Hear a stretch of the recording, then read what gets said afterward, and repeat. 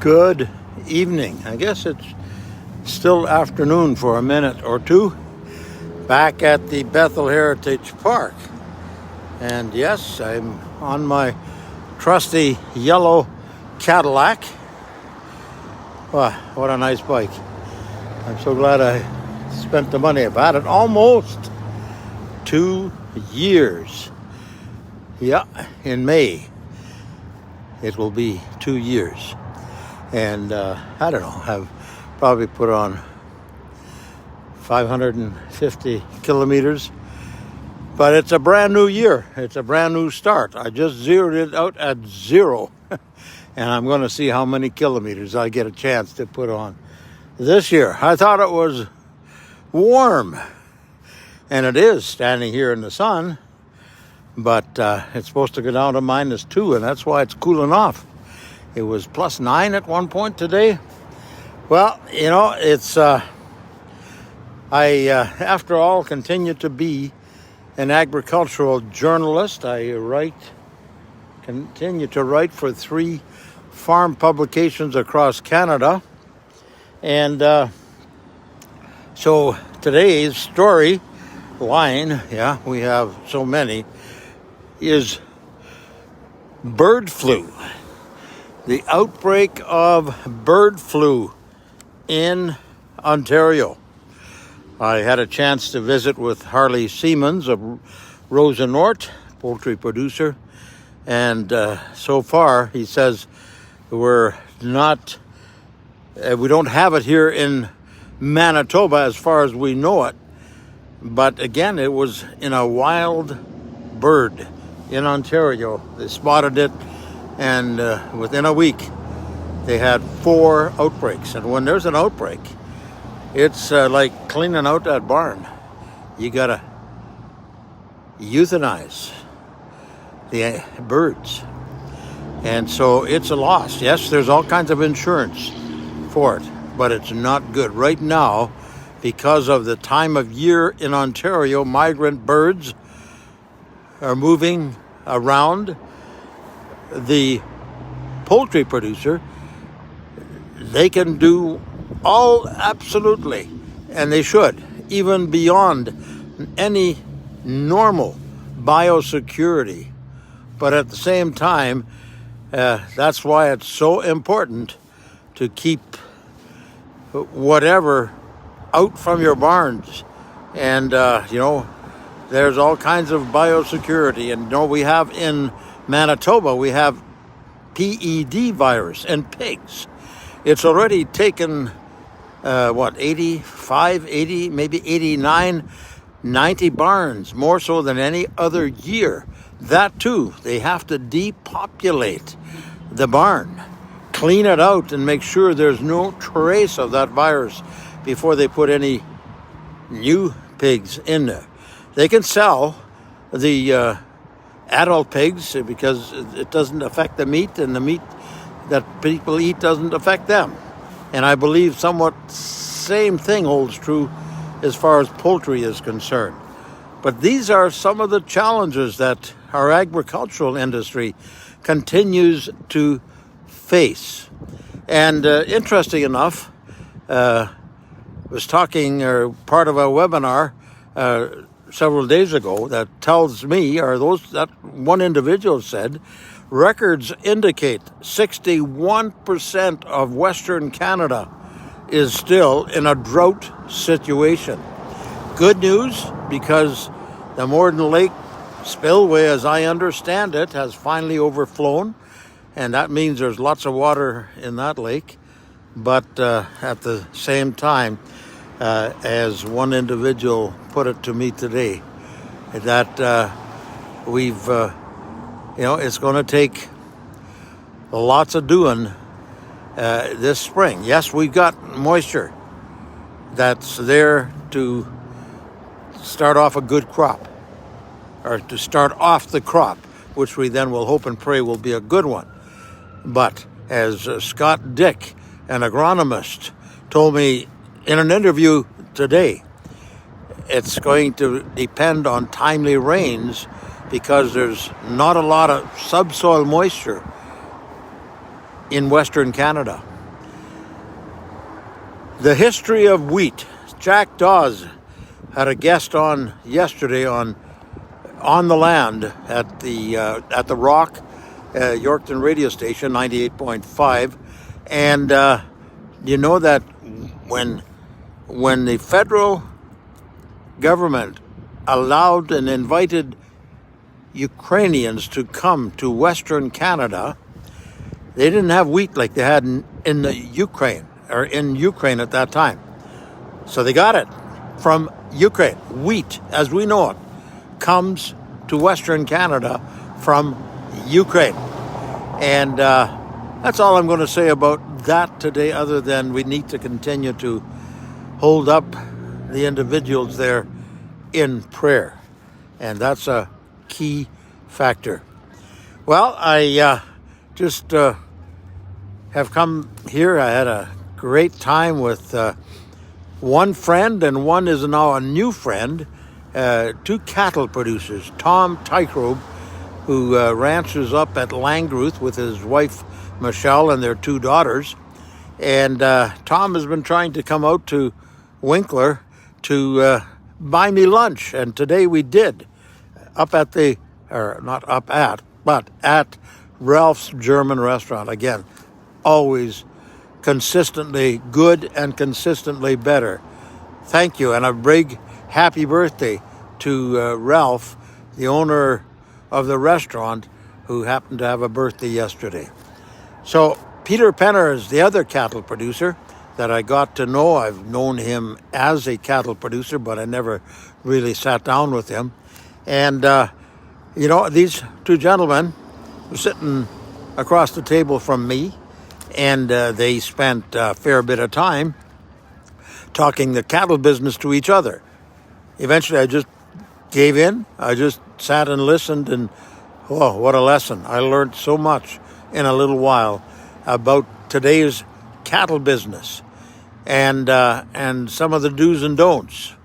But as I told them both, I've done many stories with Tom Tycrobe, but I told Peter Penner, if I'm going to listen to two cattlemen talk for 2 hours, then I'm going to have to call up and find out what makes his cattle ranch tick here in the Winkler-Morden area. So that's been a great day. Yes, I went out for lunch, but I believe I've got the lead of at least 2 stories. I got free lunch. Here's a guy drives from Langrooth, Manitoba to Winkler to buy me lunch. You think I should have? Yeah, probably. But this was a long-standing appointment, and what a good time was had by all. Well, I am happy to be outside and doing this kind of thing. I will continue to get out on my Norco. Yep, it's a Norco bicycle, and continue to have the exercise, get the exercise from biking. It's great. Not only that, it's good to sit out in the sunshine. Hopefully it won't be too long, and it'll be even warmer than what it is today. Well, at this point, I just simply say, God bless you. God keep you safe. God give you health. God give you discernment in order to do those things that He would have you do.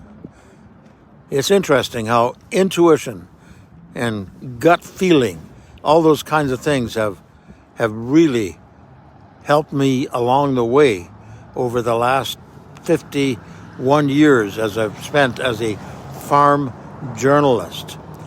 That doesn't mean I leave God out of the equation, not at all. I believe as I study His Word and as I pray to Him that He continues to give me those intuitions and gut feelings. I remember so often as a professional speaker, a couple of good things, many, many good things we learned in Toastmasters International. The first thing was learn to do by doing. And so I would get up in front of our small group and speak, And one of the things we were taught in Toastmasters, when in doubt, leave it out. And every time that I didn't heed that particular feeling or thought, it got me into some kind of trouble. When in doubt, leave it out. The other thing, when all else fails, use common sense. So many people today don't even know how to use common sense. I'm not putting you down at all, but common sense is such a good way of doing a lot of things. Yes, we need to prepare. We need to do all those things. And then, of course, I've shared this with you many times. It's the motto I developed for myself in 1986. A positive mental attitude to encourage and to serve others will motivate you to do your best. I also added one, to inspire others. To encourage, to serve, and to inspire others will motivate you to do your best. I've shared that probably hundreds and hundreds of times in speeches I've done, in seminars I've done. I developed a seminar module around that. And I remember one particular point. A fella came to me afterwards and he says, "Isn't it selfish to do those things just so it motivates me to do my best?" Well, he may have been able to have a point there. But if I encourage others and I serve and inspire others and it makes me feel good, is it selfish? I believe maybe a healthy kind of selfishness. But at the same time, I much rather be an encourager, a server, and an inspirer. And because for me, 90% of the time, I can live by this particular motto. I remember a month in October 2018. My wife had passed away May 18th, 2018. Her funeral was on May 23rd. And first off, the second day I'm going for a walk and I get a clear signal saying, "Harry, get back to work." Boy, the best thing that I could have done. Secondly, in October of that year, I had an inflammation of my colon.